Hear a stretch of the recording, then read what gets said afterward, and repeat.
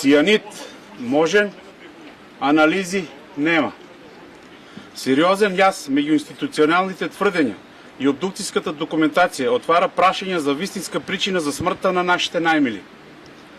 Иако во одговорот во основното јавно обвинителство се наведува дека вештачењата на Институтот за хемија и анализите на МВР и ОФИ ја потврдиле веројатноста дека испуштање на цијанидни гасови во последица на согорување на материјалите во клубот, клучно прашање останува неодговорено.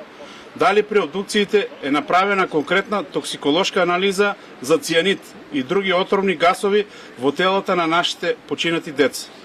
Во обдукцијските наводи, како причина за смрт е наведено задушување од јаглерод моноксид.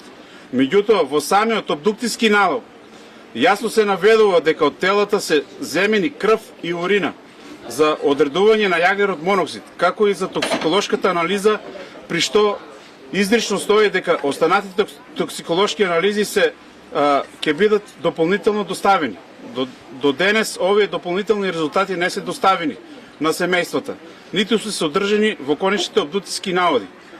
Ово отвора сериозен сомнеж дека заклучокот за причината на смртта е донесен без комплетна и насочена токсиколошка анализа, особено ако се има предвид дека водородниот цијанид не се детектира рутински и бара посебно специфично испитување.